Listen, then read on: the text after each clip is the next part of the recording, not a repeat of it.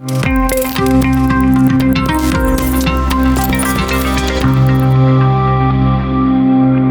pessoal, sejam bem-vindos. Eu sou Matheus Corradi, estarei apresentando o podcast de hoje da APEI, juntamente com meu parceiro aqui, Leonardo Corradi.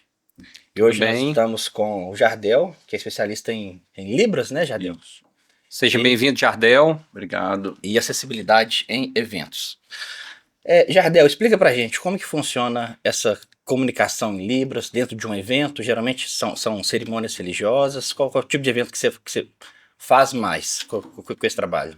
Bom, a demanda aqui, a gente for pensar em tal na região, demanda de língua brasileira de sinais, a gente vai estar falando de casamentos. Aí casamento a gente engloba desde os noivos, podem ser noivos surdos. Eu já fiz a experiência aqui tal, né, de 2 casamentos, nos quais os noivos eram surdos. Os 2 noivos? Tanto a noiva quanto o noivo. Aí no caso o celebrante vai celebrando e você vai traduzindo para ele. Isso, esses 2 foi interessante, foi no cartório, né, de registro civil. Então a gente tem que seguir a língua que é oficial do país. E a língua oficial do país é a língua portuguesa. Sim. Aí eu tava do lado fazendo aquela tradução simultânea. Legal. A gente vê falar assim, tá, na mídia, tradução simultânea, mas a interpretação simultânea. A tradução ela demanda tempo, porque ela requer a revisão, uma correção. Então eu fico do lado fazendo a interpretação simultaneamente. E nem sempre são os noivos, né? Às vezes é um parente. Isso. Aí os noivos te contratam para que o parente consiga entender o que está rolando. Exatamente. Quando a gente fala de acessibilidade, e principalmente de convidados, o convite deve se estender para a cerimônia. Porque muitas vezes é aquele convite físico que a gente conhece, né? Sim, sim. Vai lá, visita, né? Mineirinho, toma um café, come um pão de queijo. E esquece que aquele convidado precisa de alguma acessibilidade. Então, os noivos têm que pensar para além do convite. Ele tem que oportunizar aquele convidado a ter acesso, seja a igreja, seja o templo, seja o cartório. Para entender toda a comunicação ali. Tanto de língua brasileira de sinais, como qualquer outra limitação física ou de locomoção, ou até vezes, se for cego também, tem que ter audiodescrição. A gente tem que pensar nisso. Eu tenho experiência em BH, 2 casamentos da mesma família, no qual eles me falaram no último casamento, fiquei feliz. Eu sou intérprete oficial da família, segundo eles. Bacana, hein? Os noivos ouvintes, né, casando, mas a tia é surda. Na primeira oportunidade eu também estava casado com um surdo, e aí eu fiz a interpretação para eles. Na segunda oportunidade foi somente para a tia, também a gente também providenciou essa acessibilidade. Legal, deve ser um casamento tranquilo, né? Jardel, recentemente, ele teve a convite, né, da Secretaria de Cultura no evento da Starcine, né? Sim. Ele palestrou lá para os fazedores de cultura. Foi muito bacana, muito esclarecedor, porque são várias dúvidas, Matheus. Muita gente não conhece ainda esse universo, né, da acessibilidade, Sim. das Libras, né? E eu queria que você falasse também um pouco desse lado que é da parte dos fomentos dos projetos. Como que é essa questão que as pessoas te procuram para que você execute esse trabalho em parceria? Assim, a gente tem a felicidade de ter muito fomento dentro da área da cultura que prevê acessibilidade. Então a gente vai fazer acessibilidade, no meu caso a gente chama de acessibilidade linguística, né, com a língua brasileira de sinais.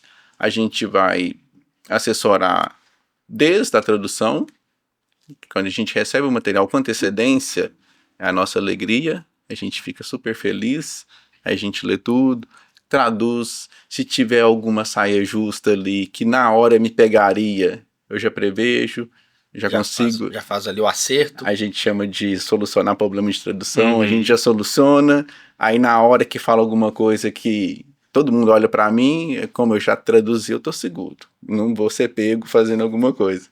E aí a gente também vai viabilizar outras formas também de acessibilidade. A gente não pode pensar só na acessibilidade linguística, acessibilidade arquitetônica, acessibilidade atitudinal, a gente também tem que pensar nesses vieses.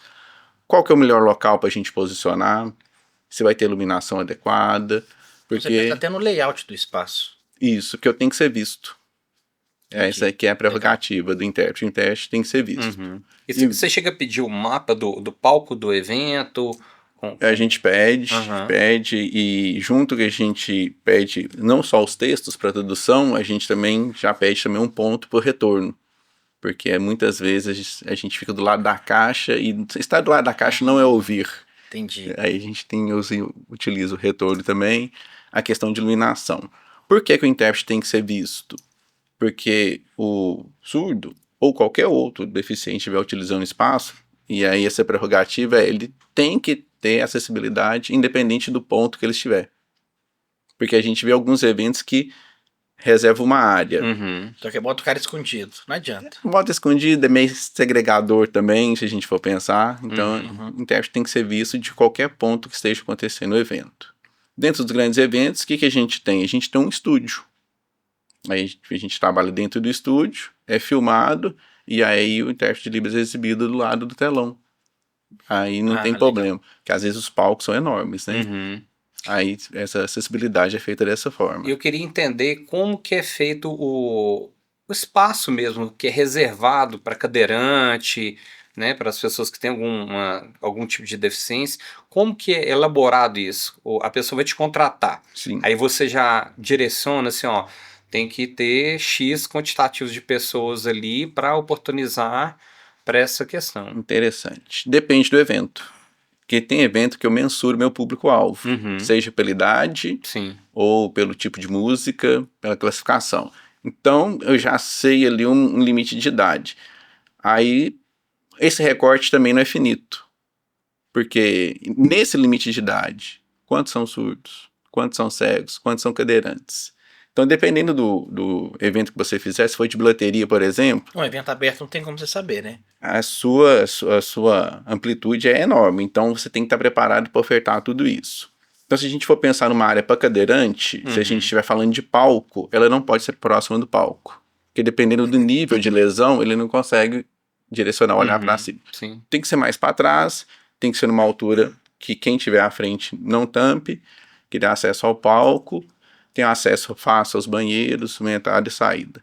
É interessante, nesse tipo de organização, colocar um segurança, alguma pessoa que entenda, Uhum. minimamente, para oportunizar o acesso e a saída.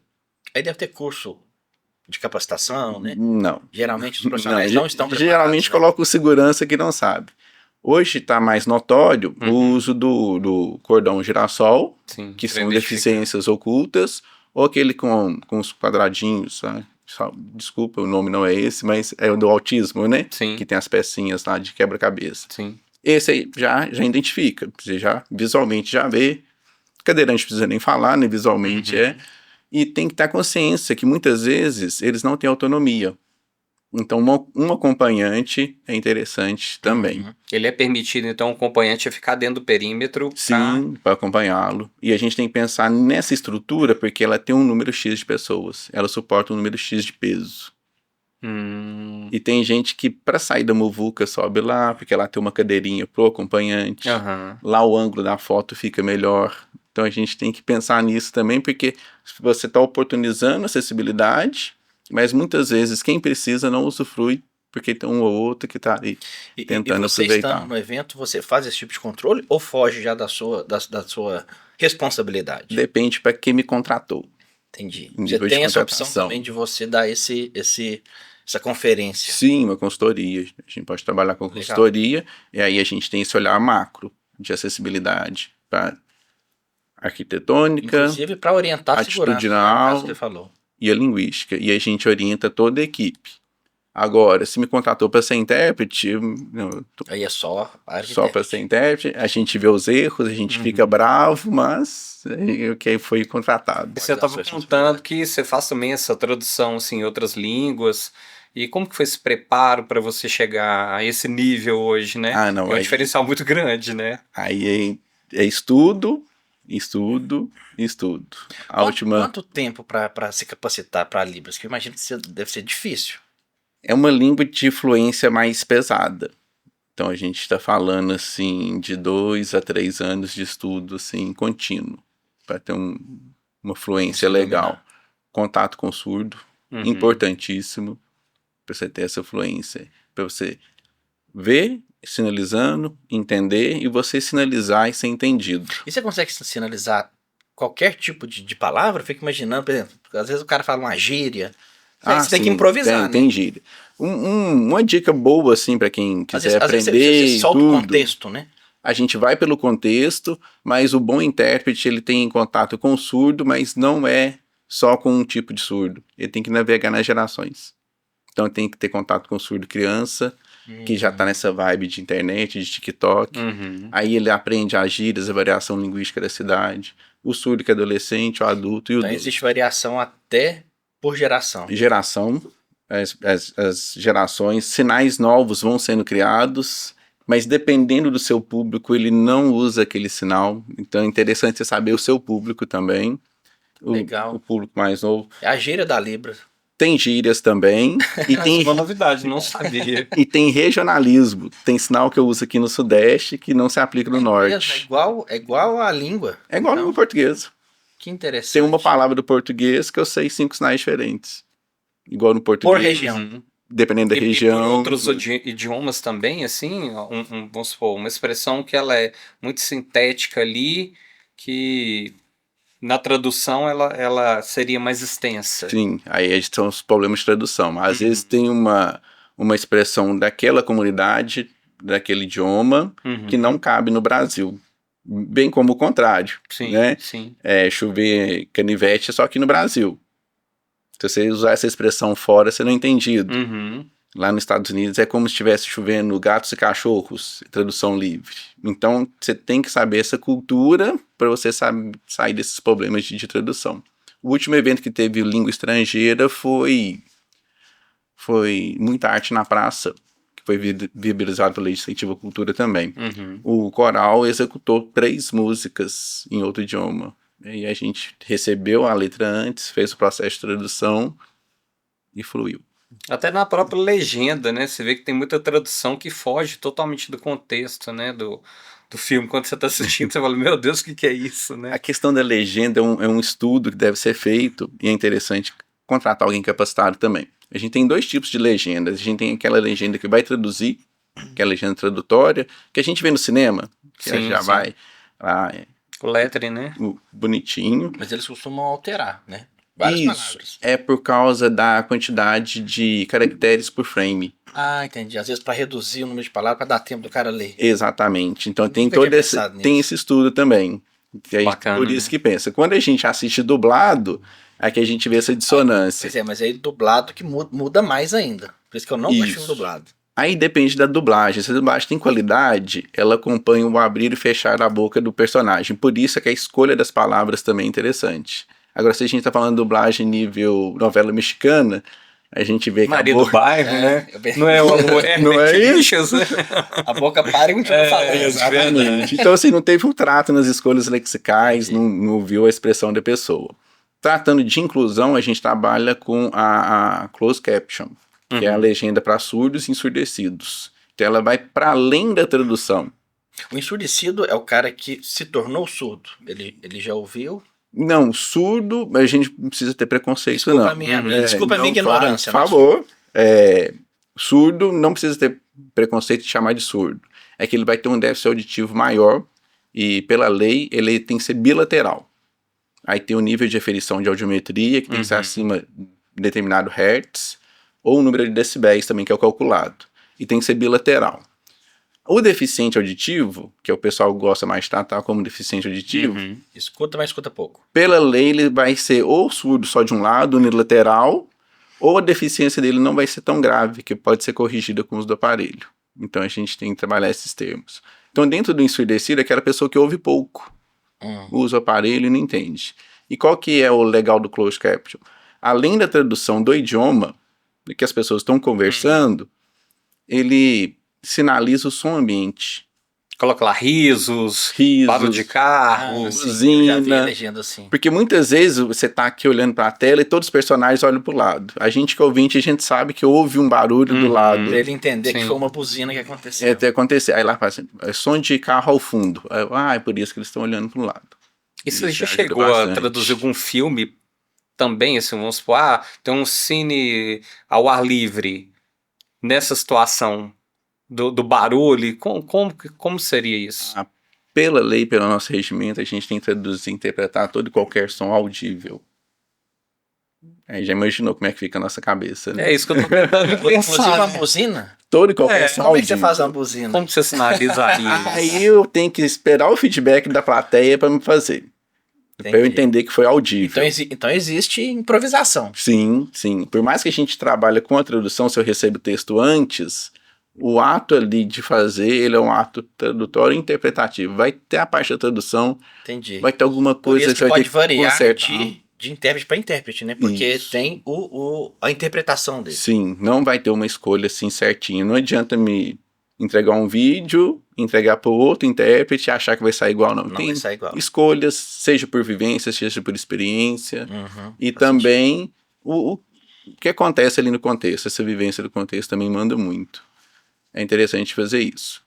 Se eu estou num evento, ouço uma buzina, mas a plateia não reagiu, não tem por que eu interpretar a buzina. Agora, se a plateia reagiu, Entendi. enquanto o surdo está na plateia, eu tenho que provocar nele essa reação também. Entendi a A gente tem diferença. que pensar nisso. Por exemplo, voltando ao coral, né? Uhum. A maestrina conversou com o coral.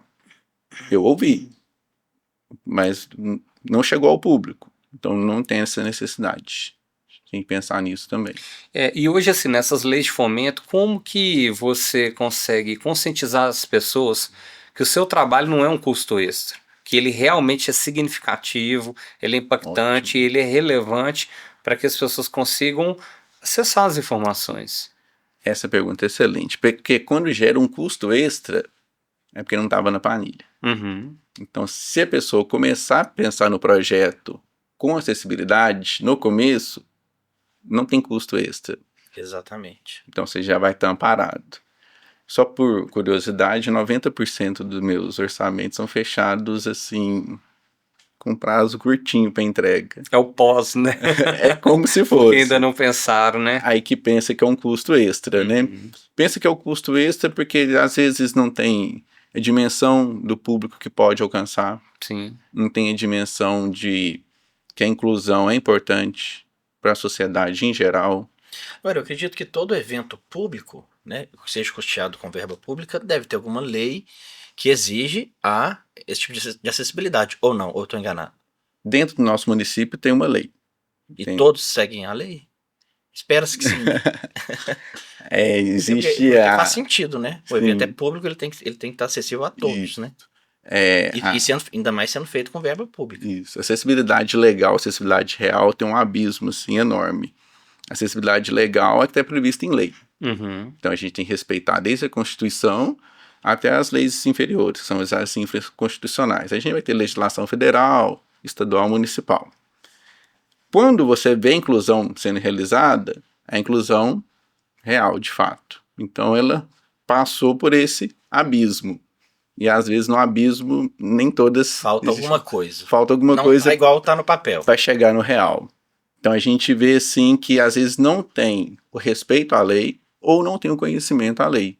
Essa lei daqui do município ela é recente, ela é do ano de 2023. Sim. Ela trata sobre acessibilidade linguística.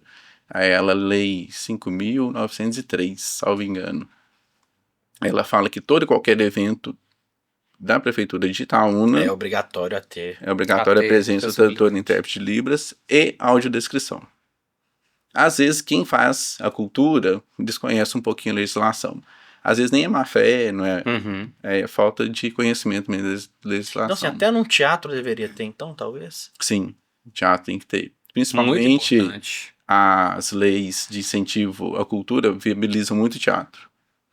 E aí você quer formar público, um público formador, e como eu falei, você não dimensiona. Geralmente os teatros, principalmente para criança, classificação livre. Então vou pegar de 0 a... Então eu posso pegar a criança que é surda, ou não. O netinho não é surdo, mas o vô é. Aí estou proporcionando acessibilidade para ele dessa forma também. Você falou que a comunicação vai ser diferente com gerações diferentes. Também. Né? Aí você tem que fazer uma escolha ali, né? Aí sim, quando a gente conhece a comunidade, aí a gente sabe quem que é o nosso público lá embaixo. Eu tenho esse privilégio de conhecer a maioria dos surdos de Itaúna, então eu consigo adequar o vocabulário. Isso é ótimo. Eu estive junto com a Secretaria de Cultura no Arraial. E a gente teve presença de surdos. E aí tinha um surdo lá que a Libras dele ainda não chegou no nível assim. Então eu tive que pegar todo o meu trabalho de tradução e interpretação e adaptar ele para Talvez fazer um atingir. pouquinho mais lento. Isso, fazer mais outras fácil de escolhas. entendimento. Isso, evitar o uso de gíria que eu sabia que ele não Não, sabia. então é muito importante o intérprete ter o conhecimento do Isso. público, né? Também. E me conta um fato, assim, divertido, engraçado que já aconteceu, né, nessa trajetória sua como intérprete. Peça para maior de 18 anos. Peça de Meu teatro. Deus. É uma maravilha. Eu nem imagino. É Deve uma ser. maravilha. Deve Vai ser. ser difícil de traduzir. A plateia olha pro ator e já olha para mim. Quer saber como que vai sair aqui? Como essa tradução? Como que vai É uma sair peça aqui? de comédia, pô. Aí vira. Aí a gente entra no espírito e vira isso. Tem que ter muito né? bom humor, né? Tem que levar. E você, no caso desse, você segura o riso ou você mesmo ri também? Não dou conta. Não tem Tá, como. não tem como, né? Ah, tem hora que não tem como, não. Tem hora que a gente vai junto. Teve uma peça de popularização do teatro, que é como sobreviver um buffet escasso. Não sei se tiveram a oportunidade de assistir. Ainda não. Mais de 30 anos já. O comediante, ele vai pra plateia e aí ele tá fazendo a parte que tá bêbado. Ele fala de um bêbado chato, assim. Eu auxiliei ele a descer a escada e não facilitou nada pra mim. A hora que ele viu que eu entrei na brincadeira, ele jogou o corpo dele mesmo. Não. Aí vai eu descendo com ele. Aí no meio da escada, não, como é que traduz? Eu vou cair dessa porra aqui. Aí te ensinar pra ele. No papel de tonto mesmo. Bem legal, bem divertido. A gente aproveita bastante. E o que mudou na sua visão de mundo depois que você começou a trabalhar com acessibilidade em eventos? Aí a cabeça faz assim, ó. Expande, né? Aí você vê que todo e qualquer evento pode e deve ser acessível. A gente consegue enxergar acessibilidade em tudo, consegue ver os erros em tudo. E muitas vezes a gente tem um preconceito, não na questão negativa, mas é mesmo de não percepção. Por exemplo, para muitas pessoas não passa na cabeça que um show musical seja um ambiente para surdo. Uhum. E é. Muitas acham que Realmente. uma exposição de artes não pode ter a presença de um cego, mas pode. Se fazer audiodescrição, Uhum. se for, talvez, objetos que podem ser palpáveis, também é bem interessante a gente fazer o uso desses recursos. Deixar um totem mais baixo, porque quando a gente fala em deficiência, o leque é gigante, né? A palavra inclusão ela é um guarda-chuva, ela cabe várias coisas dentro. Se você tiver exposição de artes, por exemplo, com totens muito altos, a pessoa que tem nanismo, como é que ela vai usufruir da arte? Uhum. Então a gente tem que ter um olhar muito macro. E em todo e qualquer lugar cabe. E para essa parte de artes, para eu poder entender um pouco até melhor, Sim. existe tradução também daquilo que a pessoa está vendo e o conceito? Tem alguma forma de acessibilidade de passar esse tipo de informação Para também? quem é cego, É. sim, audiodescrição. Aí a pessoa vai estar do lado, o audiodescritor, ou numa cabine, talvez. Uhum. Porque se for um número maior, a gente Aí a pessoa tem que receber a informação tipo num fone de Isso, ouvido, né? exato. Aí você fica num microfone, a pessoa recebe no... fica na cabine, vê o que está acontecendo tudo no ambiente, e aí a pessoa com fone já percebe isso. Então vai fazer a descrição do quê? Vai fazer a descrição do cenário. Ah, uma peça, o palco está enfeitado de tal maneira, do lado direito tem caixas de som, o baterista está lá no fundo. Faz uma autodescrição Faz. falando sobre isso do ambiente aqui, para as pessoas saberem como seria. Você falando Sim. da sua pessoa e do ambiente. Isso, a gente descreve as pessoas e os ambientes, né? Então aqui a gente descreveria que a gente está aqui numa sala, na qual o caras muito centro... bonitos apresentando. Sim, Né? tem uma mesa ao centro, né? Dividindo de um lado os dois apresentadores, Sim. do outro lado o convidado, microfones postos à frente, canecas expostas sobre a mesa, lápis, papel, pastas, celular. Na televisão está passando a marca visual desse podcast. Eu, entrevistado que vos fala, cabelos grandes, estou usando uma blusa de cor cinza, sou branco, estou com um relógio aqui no braço esquerdo. Os nossos apresentadores, como mesmo já adiantou, são lindos. É o máximo, Muito educado o é o nosso máximo de convidado. informação possível, né? O máximo de informação Você marca esse possível, relógio. audiodescrição. Legal. E aí, é legal para os fazedores de cultura ter essa consciência que às vezes vai ter que adaptar o que era antes. Às vezes a cortina vai ter que ser aberta com um pouquinho de antecedência para o audiodescritor fazer essa narração. Porque se você deixar para abrir a cortina e já começar, como é que faz essa audiodescrição brigando? Dificulta, né? E quem trabalha com audiovisual também é interessante pensar na estratégia de deixar uns segundinhos a imagem do que vai acontecer antes de sair o áudio, Pra dar um tudo, prazo pra informação chegar. pra gente não ver o que a gente vê na televisão, né? Duas pessoas estão em pé, Uhum. que Já tá, pá. tá, aí vai cortando Porque senão junto, fica senão tem que confuso. disputar com o áudio, né? Que tá E tá vem muito acontecendo. rápido, fica confuso. Essas falhas, você tem uma percepção que elas acontecem mais nessas traduções políticas, hoje você assistindo, deve ser até engraçado, né, de acompanhar, né, ou em filmes mesmo, ou eventos. Como que é a sua percepção hoje, né, como um mestre aí nessa parte? Bom, a questão da acessibilidade, a gente vai ter ela com equívocos, né? A gente não sabe o contexto, então a gente não pode ficar falando que errou tudo. Isso é complicado. Às vezes não foi ofertado para aquele tradutor, para aquele intérprete, para aquele audiodescritor, as condições necessárias de trabalho. Então, mas a gente vê muito em propaganda política, acontece bastante, e no interior. Quanto mais interior do Brasil, mais a gente consegue perceber. Às vezes é a falta de acesso ao conhecimento. A pessoa teve a predisposição de aprender, mas ela não teve a oportunidade de refinar o conhecimento que ela aprendeu. Então, Acaba errando várias aí vezes. acaba errando isso. A gente teve agora a PNAB de 2024.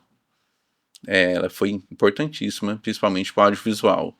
Mas na hora de captar os intérpretes, talvez não tiveram sucesso. Uhum. E muitos vídeos tiveram que ser refeitos. Nossa.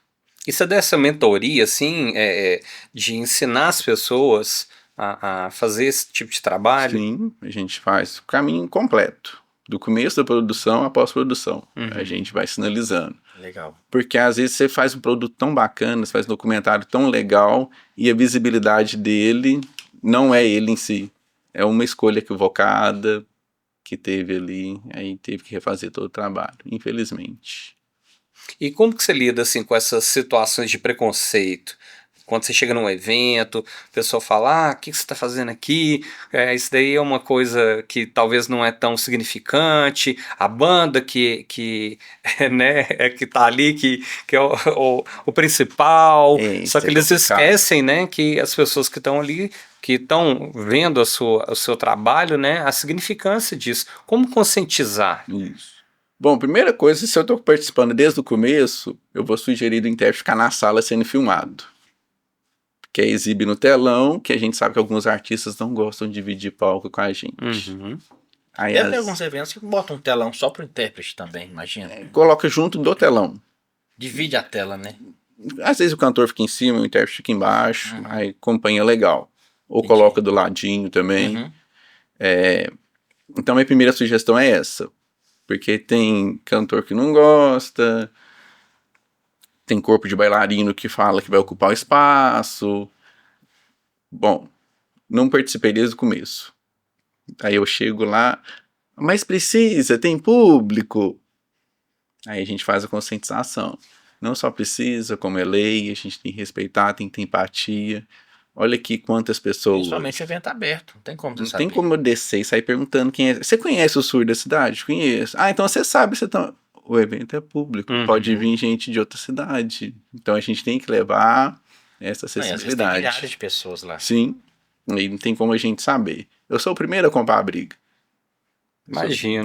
Vejo qualquer discriminação, eu sou o primeiro a comprar a briga. E Jardel, como que você começou a trabalhar com isso? Como que você tomou essa decisão? Você viu alguém trabalhando, achou interessante? Falou assim, nossa, gostei. Isso, eu estava no 8º período de pedagogia, eu sou professor de formação também.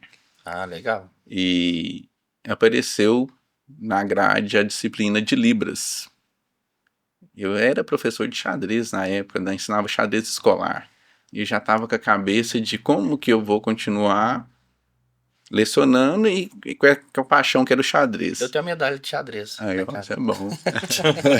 E eu já não sei jogar xadrez. Não, Mas joguei no Ana Só Sintra. dama. No Ana Sintra.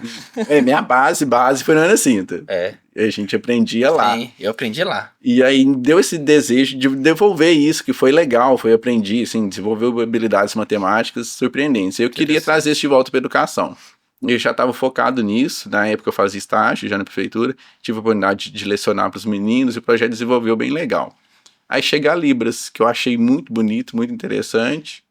Conversei com o professor meu e falou assim, é o futuro. O mercado está escasso, tem pouco profissional. E eu não conheço outro intérprete. Eu também não conheço. Aí Exatamente. eu falei, doutor, eu vou abraçar. Aí eu abracei, terminei a pedagogia, fiz a especialização em tradução e interpretação, fiz meu bacharelado em letras libras pela Federal de Santa Catarina, e agora, o ano que vem, se Deus quiser, terminando meu mestrado em educação, que eu também estou dissertando sobre isso, sobre a qualidade do intérprete dentro da área educacional. Legal. E que tipo E de que ano? deficiência? Que ano isso? Nossa, que Tem um ano tempo. foi que eu formei? Dezembro de 2010 comecei a estudar. 2010. Então, Não, né? dezembro eu formei, né? Foi um semestre, eu conheci a Libras em agosto de 2010. Aí você começou a estudar mais a fundo. Isso, aí eu venho estudando até hoje. É, Então, não para, né, Jardel? Não para, as demandas são grandes e a gente tem que mostrar que a gente tem que ampliar esse leque de acessibilidade, inclusão e também demandas. Tem uma demanda que vocês nunca me viram fazer, são poucas pessoas que já me viram fazer. Que a gente fala muito, eu enquanto intérprete, ouvi o português e sinalizar em Libras. Agora a demanda contrária, eu ver um surdo sinalizando e transformar isso em português É mais difícil. é mais difícil. Aí esse é que a gente se pega estudando até hoje, para entregar o melhor possível. E cita um caso desse. Tinha uma professora Mas não nossa... um artista, né? Um artista surdo se apresentando. Né? Sim, tem vários atores surdos, excelentes, por sinal. A gente pode fazer essa interpretação da peça. E nesse caso, é legal, a gente tem que reconhecer nosso espaço. A hora que é para o intérprete ser visto, o intérprete tem que ser visto. A hora que é a vez do artista, o artista tem que ser visto. A gente senta na plateia com o microfone e só faz a tradução. Quem tem que ser visto é o artista. Isso é interessante. Inclusive, o Jardel também, né? Ele participou junto com o Magic Truck, né? Sim. E fez as traduções Marcelo. também, junto com o Marcelo aí, das mágicas. Foi muito bacana, né? As crianças, assim, divertiram muito, algo, assim, totalmente inusitado. E me conta, assim, um pouquinho desse papel também da tradução, juntamente com uma coisa inusitada, que é fazer uma fazer mágica, né? mágica. Você aprendeu a fazer mágica? Excelente pergunta. Ótima. Não dá pra saber nada. Nada. Tanto pela destreza do Marcelo, quanto meu comprometimento. Eu tô ali para receber a informação em português e entregar em língua brasileira de sinais. Se eu percebo a mágica, minha tradução vai sair falha. Então, eu não sei nada que tá acontecendo ali. Tanto pelas habilidades, ele é incrível, mas também por essa dedicação, esse compromisso que a gente tem. Às vezes, você possa interpretar um debate, por exemplo, aí sai de lá, e aí, o que você achou do debate? Não sei. Eu estava preocupado em fazer a interpretação. A informação, A informação. Não sei se um saiu melhor que o outro. Você não digeriu mesmo o conteúdo. Não. Você só repassou. A gente só repassa isso. E falando em debate, aconteceu alguma coisa assim jurídica de você ter que, sei lá, tá dentro de um fórum e fazer uma tradução? Já teve isso? Não podia, porque eu conhecia a causa envolvida. Aí eu fui desqualificado. Mas existe isso? Existe, principalmente na área de justiça do trabalho. Oh, Infelizmente. Na justiça do trabalho, Interessante. os deficientes em geral, ainda o patrão acha que eles detêm menos direitos. Infelizmente. Aí a juíza falou assim, vocês se conhecem? Sim. Não, então vou ter que delegar outro intérprete. Mas isso acontece bem, com bastante frequência. Infelizmente, acontece. Porque se a gente for parar para pensar, tem que ter algum advogado também que tem um conhecimento de intérprete de Libras. Sim. Porque como é que ele vai, se ele pega um cliente, né, que é surdo, né, que é mudo, como dessa tratativa, né? Esse é o futuro da nossa profissão. Ela é ser separada por áreas, né? Hoje a gente Especialista encontra em área jurídica, isso, evento, Evento. ou Oi. até por gerações, né? Criança, idoso. isso, vai pegando. Hoje a gente tem muito intérprete generalista, mas aí a gente tem que ter também a responsabilidade. Se você me chamar para um contexto de física quântica, eu não vou. Eu não sei nada de Muito física complexo, quântica, não vou. Muito complexo. Área da saúde, Dá pra fazer. consulta, qual especialidade? Ah, não, clínico geral. Ah, Uhum. não, é uma pré-operatório de um neurocirurgião. Não, não vou. A gente tem que ter O esse. texto importa muito. Importa bastante, que eu não vou conseguir entregar. E você acha que Pensar essa aí. profissão ela fica um pouco ameaçada com essa novidade da inteligência artificial ou tem algo que é Excelente muito pergunta. humano? Muito humano. Teve um TCC que analisou isso quando eu estava formando no Letras Libras. Um amigo nosso analisou. Ainda não tinha inteligência artificial como tem hoje. Era aqueles tradutores automáticos. Sim, sim. Já deve ter reparado. Já. O mais famoso é o Hugo, aquele que usa um óculosinho e tudo. Uhum. Que erra muito, né? Inclusive. Erra muito e a questão da expressão facial, ele não entrega. Então, assim, eu participei da pesquisa enquanto intérprete respondendo a pesquisa, né, para gerar dados para esse amigo nosso. E aí uma das perguntas desse era essa: qual que você sente mais emoção? Então a gente via um avatar fazendo, sinalizando, e a gente via o próprio intérprete. Então, sim, fica muito aquém. É um recurso que eu posso usar. Chegou um surdo, você não sabe Libras. Eu vou usar esse recurso aqui agora. É o que eu tenho. Mas já fica de aprendizado. Fiz um evento, tive um público surdo. Não posso ficar refém do avatar. Então no próximo a gente já pensa. Mas você vê como interessante uma ferramenta que pode ser utilizada. Sim, a gente vê nos portais do governo, tudo. O próprio governo federal já lançou o próprio dele, que é o Velibras. Uhum. É ele que fica em toda a página do governo oficial, seja da prefeitura, do estado ou da federação mesmo. É uma ferramenta que pode ser usada. Mas depende do Ela não ser pode, né, substituir o ser humano. substituir o ser humano. É um recurso ali de acessibilidade. Ele não é o recurso de acessibilidade, ele é um. A gente tem que pensar nisso também. Porque a gente já viu, assim, eu acho que o mais corriqueiro é propaganda política. O Sim. pessoal coloca o avatarzinho lá. Sempre vê. Sempre vê. E ele tem um número muito reduzido de verbetes. Ele opta muitas vezes por sinalizar letra por letra. Mas é porque o tempo é reduzido e os caras falam rápido, né? Também, e ele Então também ainda ele não. tem que pegar só a essência ali. Não, mas como ele foi produzido até em polos, né? Por exemplo, assim, se ele foi produzido pela Universidade Federal de algum lugar, eu vou utilizar o conhecimento vocabulário daquela região. Igual eu falei, vocês têm regionalismo. Quando a gente traz para outro contexto, Aí a pessoa não entende. não entende. Nome de cidade, ele Usa não um vai dialeto saber. diferente. Ele não vai saber todos os nomes de cidade. E quando a pessoa é gaga? A gente aperta normalmente. Mas é engraçado. Você repete isso. A gente- Mas não, a gente como repete aí é uma repetição? Como Não, você eu fragmenta essa espero ela tradução? terminar o discurso dela, Ah. eu entendo e oferto aquilo ali. Hum. A gente não Sem pode. gaguejar, ele não precisa gaguejar. Não, mas eu falo assim, sinalizar que aquilo tem uma deficiência na fala. Ah, não, sim, a gente sinaliza isso, vou esperar terminar de falar e depois eu te entrego o contexto inteiro. Isso a gente faz, tem que evidenciar isso. E que tipos de deficiência assim, que mais desafiam a estrutura de um evento hoje, na sua visão? Hoje vai ser acessibilidade comunicacional, vai ser a língua de sinais. E eu acho também a cegueira.